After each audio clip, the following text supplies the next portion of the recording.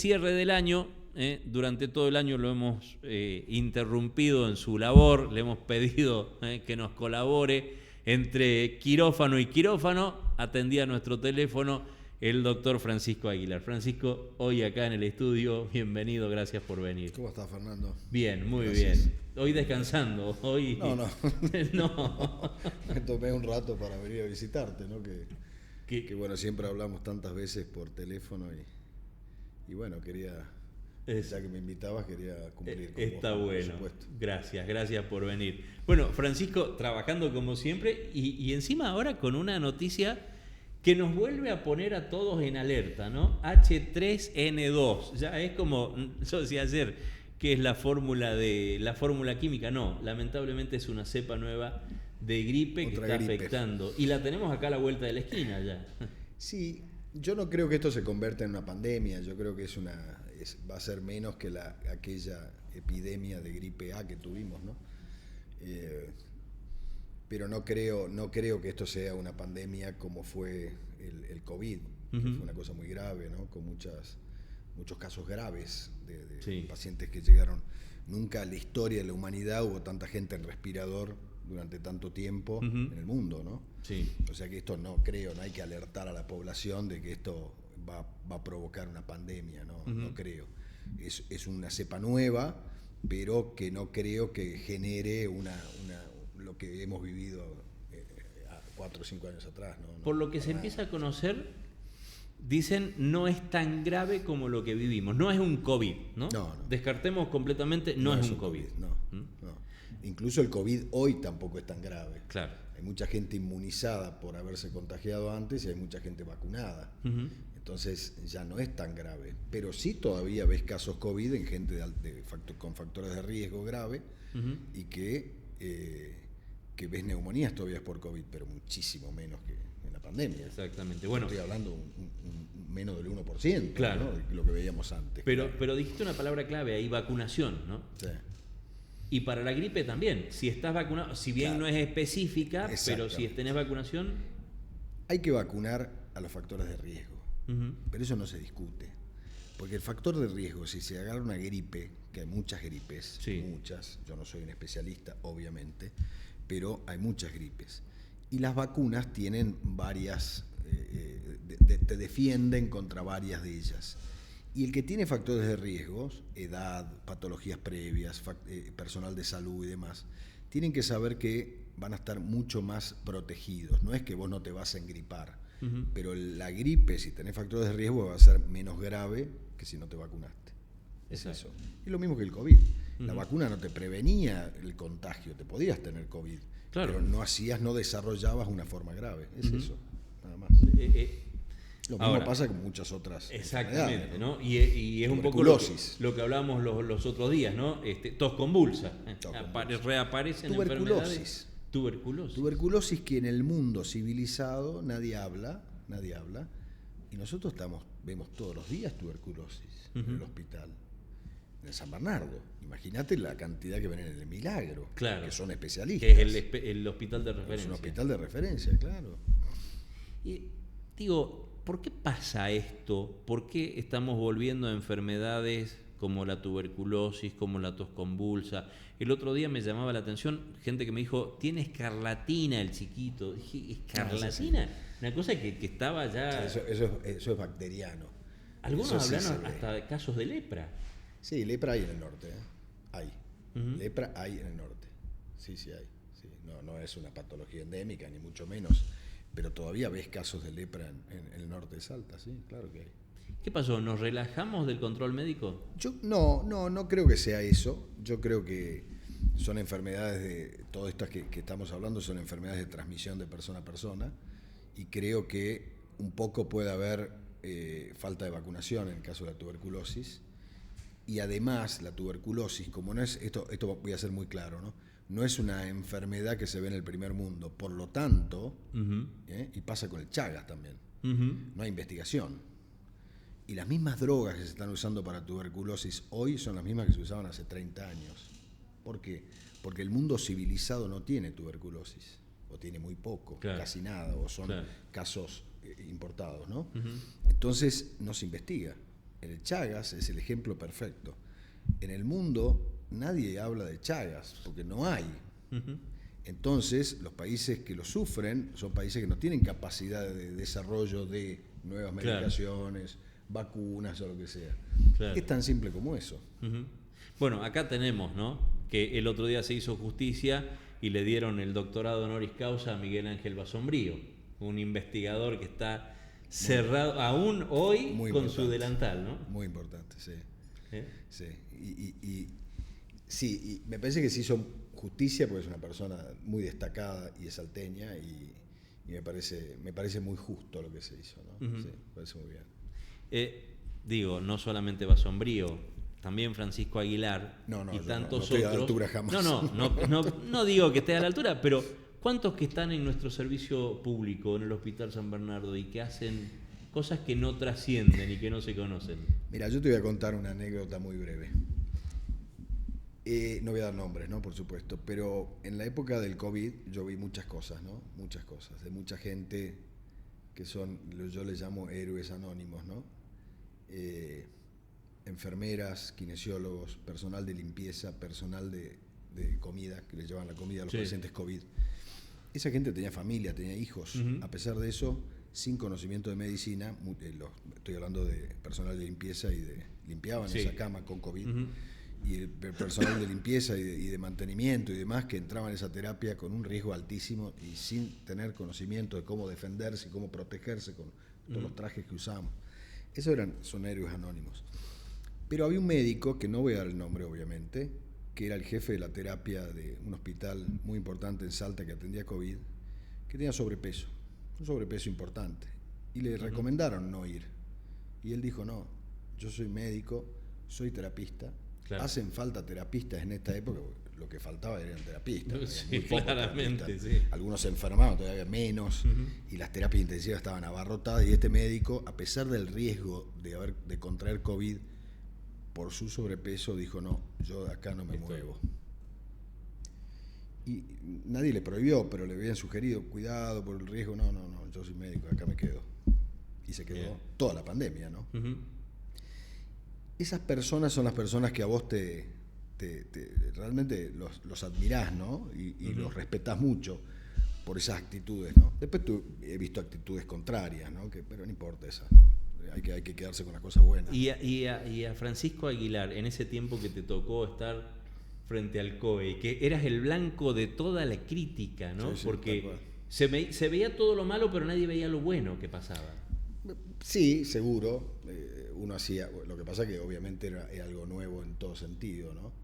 Y yo lo que hacía siempre era tratar de ir por la delgada línea, ¿no? De la coherencia, tratar de que la gente no se contagie, no se enferme, pero a su vez que tengan una vida, porque yo entré cuando ya se estaba abriendo todo, sí. ¿No? Yo entré el 6 de septiembre, ya había cierta apertura, entonces tratamos de abrir y que haya coherencia. ¿Coherencia en qué? Y que la gente pueda trabajar, porque ya hacía meses que no trabajaba, que los chicos puedan estudiar.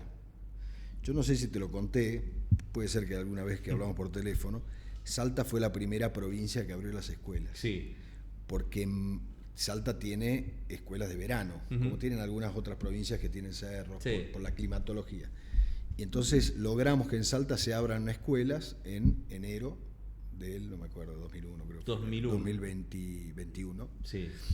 Y por supuesto el ministro de Educación de la Nación no podía creerlo y dijimos sí, se puede hacer, es seguro hacerlo y lo vamos a hacer.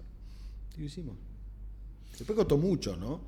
Costaba mucho por muchos motivos, incluso algunos había padres que hacían un movimiento muy fuerte sí. y apoyaban esta medida para volver a los chicos a clase, y había padres que no querían. Claro, ¿no? Sí. Sobre todo en el interior de la provincia, los padres hacían marchas para que no vuelvan a clase. O sea que era muy difícil esa línea, ¿no? No era nada fácil, ¿no? Queda como experiencia, digamos, y como aprendizaje que efectivamente no hubo una mirada federal del país en esto que vos decís, ¿no? De atender situaciones completamente distintas. Yo te voy a confesar, yo con el gobierno nacional tenías, como dicen los chicos, cero onda, ¿no? Cero onda. O sea, una sintonía mía iba por otro lado, totalmente. Yo tuve mucho apoyo si bien de Gustavo Sáenz tuve mucho apoyo, debo reconocerlo, sobre todo en la primera ola. Después la segunda ola fue muy distinta porque había elecciones, ¿no? Entonces, sí. La sintonía era otra. Sí, claro. Yo lo hablaba con él, yo se lo decía. Pero quien me apoyó mucho, y debo reconocer, y cada vez que puedo lo digo, pero ciegamente, porque estaba convencido que estábamos haciendo las cosas lo mejor que podíamos, fue Matías Posadas. Matías Posadas se jugó entero en esto, ¿no? Claro. Y me ayudó mucho, y debo decirlo. Yo cuando puedo decirlo públicamente lo digo. La verdad que Matías me acompañó en todo, incluso cuando yo viajaba al interior, él me acompañaba también. Y bueno, esas cosas quiero decirlas públicamente, ¿no? La pandemia pasó, pero sin embargo hoy vemos consecuencias de esa pandemia. ¿La salud mental deteriorada es producto de eso? Sí, yo creo que sí. Yo creo que no hay, yo veo muchos pacientes todos los días en la parte pública y privada. Sí. Yo creo que la gente ha hecho un borrón y cuenta nueva, ¿no? Pero lo que pasa es que, ¿qué te deja la pandemia? A quien se le murió un familiar o un colega amigo, yo tengo muchos colegas que han muerto, y yo era amigo de muchos de ellos, te deja, te golpea, ¿no? Pero vos imaginate a aquel que se le murió un familiar por COVID. Que yo veo pacientes y que de vez en cuando te dicen, no, mi señora murió en el 2020 por COVID. Sí, deja secuelas, pero deja enseñanzas también. Sí, seguramente. Que vivimos en comunidad y que muchas actitudes que uno toma no son para protegerse uno solo, porque vos no vivís solo en el mundo, ¿no? Tenés que pensar en que está al lado. Exactamente. Y esa es la mejor enseñanza que nos dejó la pandemia, ¿no? Bueno, es lo que hablamos cuando hablamos de vacunación, ¿no? Exacto. Me vacuno yo, pero no me estoy salvando yo solo, sino que estoy salvando a la comunidad. Lógico, no vivimos solos. Sí, exactamente, lo hablamos el otro día por teléfono. El otro día por teléfono, y cuando hablamos el otro día por teléfono, después ayer o antes de ayer, un juez, Eduardo Barrio Nuevo, que obligó, en función del Ministerio Popular, a unos padres a vacunar a una criatura. Sí, bueno, ahí yo soy más... a ver, es muy discutido, pues es para charlarlo muchas horas, ¿no? Sí. Pero yo creo que hay que generar conciencia más que obligación. La gente tiene que entender el porqué de las cosas, ¿no? Yo nunca estuve muy de acuerdo en la obligatoriedad de las cosas, ¿no? Sino explicar el porqué y explicarla bien desde el Estado, desde organismos privados, por qué hay que hacer tal cosa, porque obligarte a inocular algo a una persona, yo no estoy tan de acuerdo. Yo creo que sí hay que enseñar, educar, informar por qué está mal el movimiento antivacuna, pero si hay un movimiento antivacuna yo tengo que respetarlo, porque están en su derecho a hacerlo, pero están equivocados. Y yo tengo que explicar como médico científico de que eso está mal, ¿no? Claro. Pero obligar a alguien a algo, no, yo no estoy tan de acuerdo. ¿No? Está bueno, claro.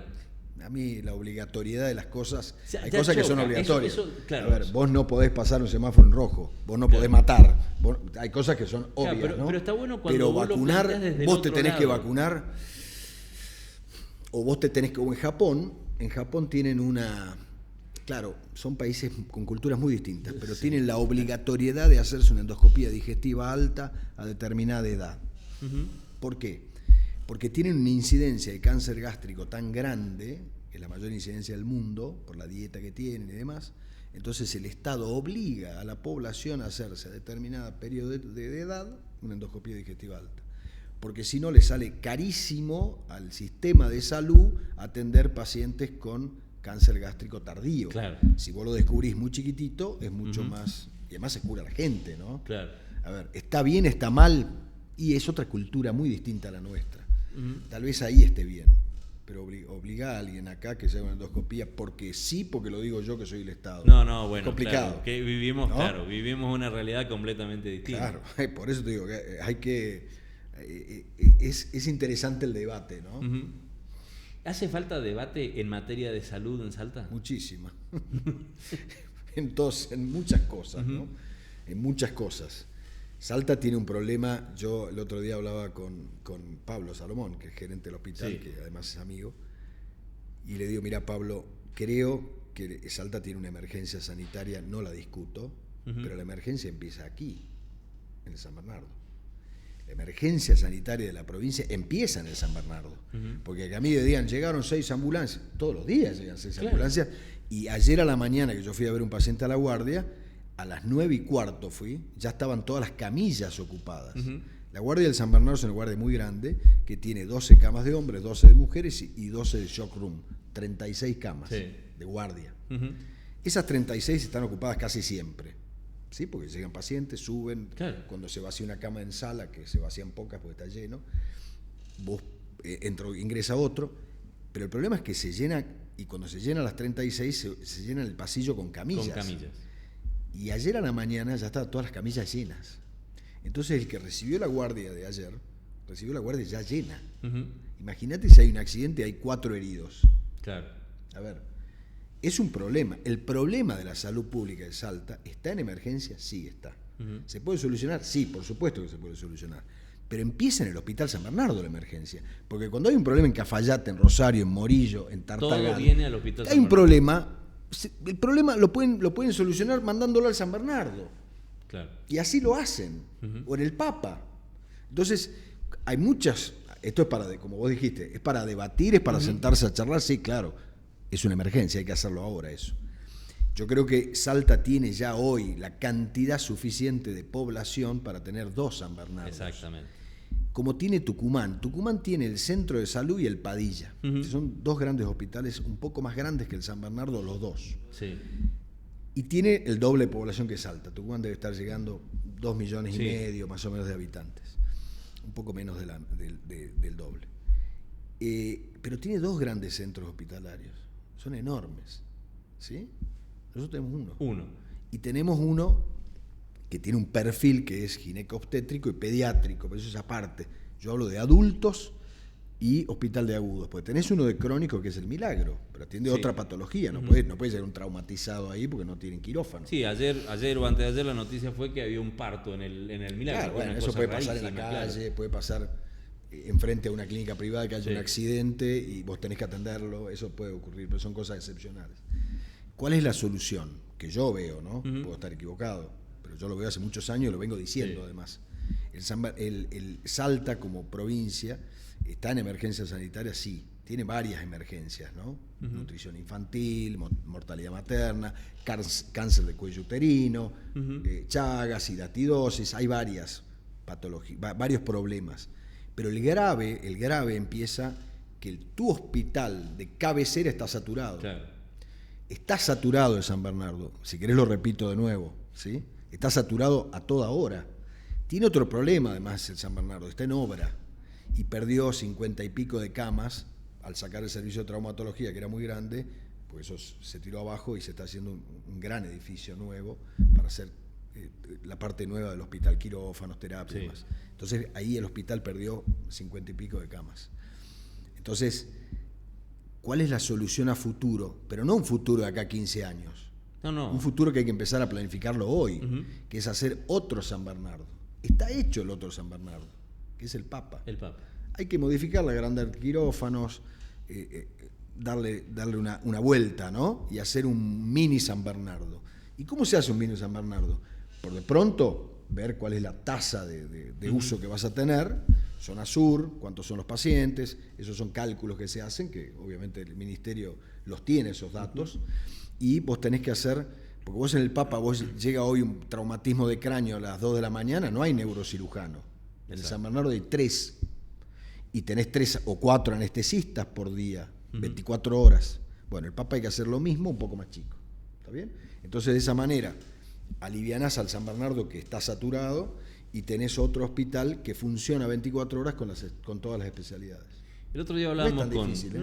Lo que estoy diciendo es bastante simple, ¿no? Lo que pasa es que es una decisión política y económica. Exactamente. Bueno, ahí sobre todo es eso. El otro día hablábamos con Federico Manzone, que estaba acá, y hablamos también del Hospital Joaquín Castellanos de Güemes, que tranquilamente podría ser también un poco el que ataje todo lo que viene del interior, porque está ubicado... Güemes ataja mucho, ¿no? Conozco hoy, estuve yo varias veces en la época del COVID en Güemes, creo que fui 3 o 4 veces, porque Güemes atajaba mucho los problemas, mucho, ¿no? Y además Güemes tenía una gran ventaja que tenía habían puesto oxígeno en habitaciones y tenía la fábrica de oxígeno al lado. Oxitesa estaba al lado, entonces ese problema no lo tenían.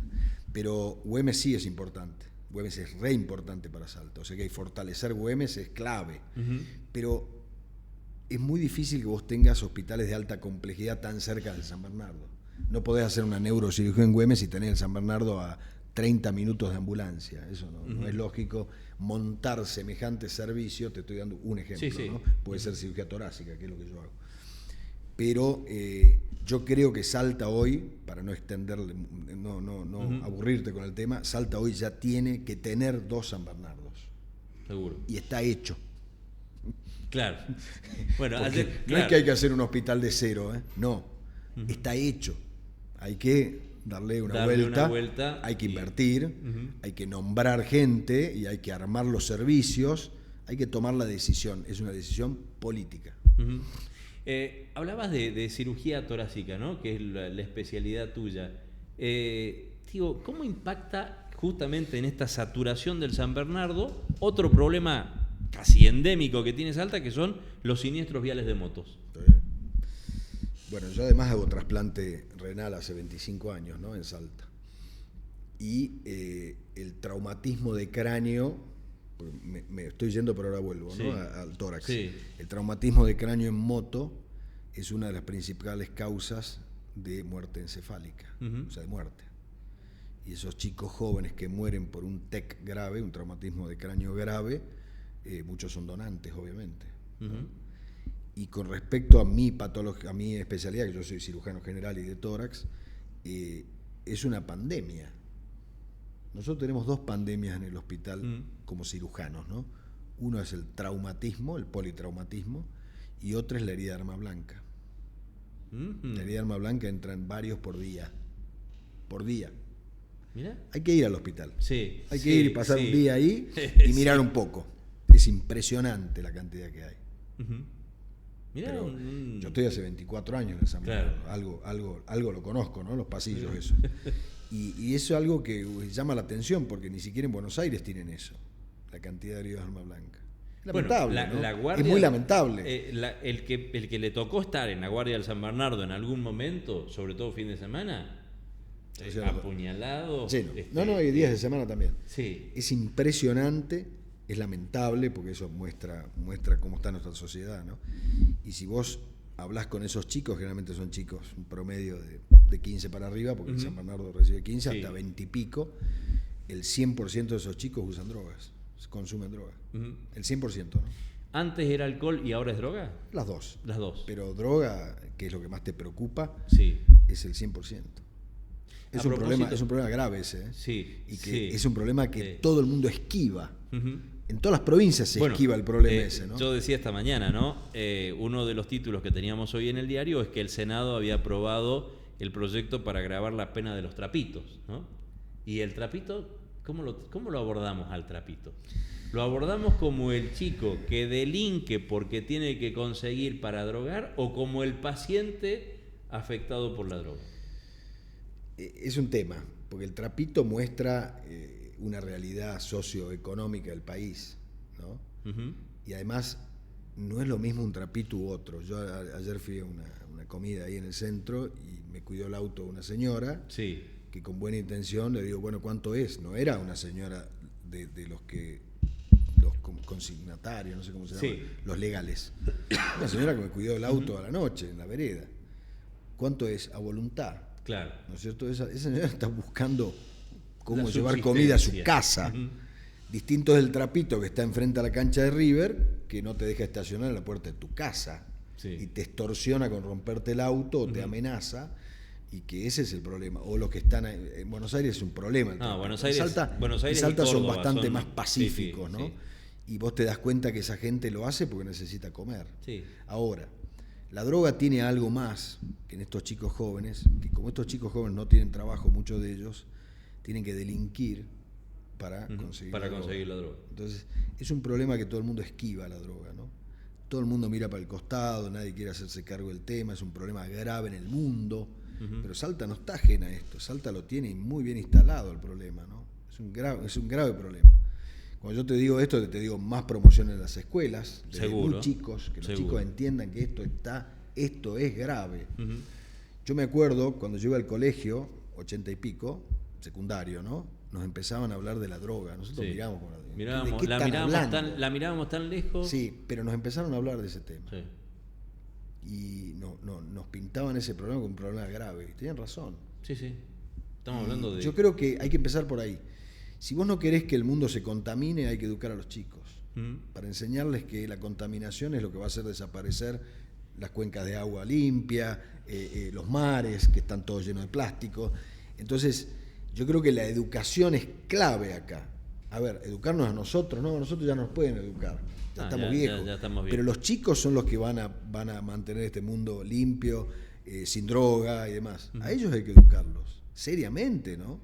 Con políticas muy serias de educación para que se den cuenta esa sociedad que la droga es un problema grave.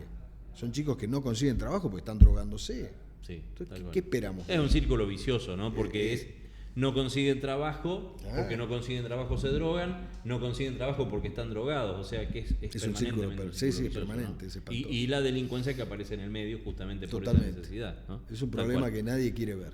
Francisco, si miráramos en esto de hacer prevención, ¿no? Y en esto de tu experiencia en el Hospital San Bernardo, Salta, de hecho, tiene el Hospital Oñatibia, que es específico de un problema que tenemos, que es el bocio históricamente, ¿no? La diabetes en Salta. ¿Qué otra patología es así como muy marcada en Salta? Bueno, bocio es una patología muy endémica del norte, que el Oñatibia es el lugar de referencia, ¿no? Como también es en Bolivia. En Bolivia también tienen la misma ley Oñatibia que tenemos nosotros, pero Bolivia a la sal le agregó yodo y flúor por la salud bucal. Yo me acuerdo que estuve en Bolivia hace poco y veía que la sal era fluorada y yodada. Y esa es una ley argentina. Bolivia la toma y le agrega flúor porque veía que la salud bucal de los chicos era un desastre. Yo creo que patologías endémicas nosotros tenemos muchas en Salta. Vos nombraste lepra, no es endémica, pero es una patología muy antigua que no debería existir, ¿no? Entonces, campañas de prevención, si vos me decís ya, me voy a olvidar de muchas, ¿no? Porque te podría hablar de hidatidosis, que es lo que yo opero, hidatidosis pulmonar. Sí. Pero no es tan grave, es grave, pero no es tan grave como... No, y si se me ocurre hoy, se me va a ocurrir una que es gravísima, que es el cáncer de cuello uterino en las chicas jóvenes, por el HPV. Por el HPV, o sea que además tiene vacuna. Tiene vacuna. Y hay que informar más. Hay que informar más porque las chicas se vacunan muy jovencitas. Entonces la mamá lo primero que dice, no, ¿por qué tengo que vacunar a mi hija de 15 años? Claro. Porque hasta que genere inmunidad, claro, hay que vacunarla. Cuando miramos el final de la película nos damos cuenta de por qué hay que empezar por ahí. Si vos me decís una patología que a mí me preocupa hoy, desde el punto de vista de la salud pública, hay muchas, ¿no? Sí. Te puedo hablar de tuberculosis, hay un montón. Pero el cáncer de cuello uterino, vos ver una chica de 22 años con un cáncer inoperable de cuello uterino porque consultan tardísimo, porque nadie se hace un Papa Nicolau a los 20 años. Exactamente. Entonces descubren que no pueden orinar, claro, tiene un tumor tan grande que ya les obstruyó los uréteres y no pueden orinar. Es un tema gravísimo y salta en la lista porque la Asociación Argentina de Oncología tiene una estadística, no es muy buena porque estamos en la Argentina, pero no es tampoco tan mala. Claro. Y Salta está primera en cáncer de cuello uterino. Está primera, ¿eh? Mira. Eso lo puedes hablar con cualquier oncólogo. O primero o segunda, porque está Jujuy, Salta y Formosa están peleando la punta. Es muy grave esto, ¿eh? Es un problema de salud pública de la provincia muy serio que requiere educación, y requiere además campañas de vacunación, porque vos dijiste muy bien, tiene vacuna, ¿no? Tal cual. No, y decías recién, ¿no? Tu experiencia también con trasplantes renales. De hecho, justamente, ¿no? Vienen todos de la mano, digamos, toda una serie de cuestiones. Sí, en Salta se hace trasplante hace 27, 28 años. Yo estoy en el equipo hace 25.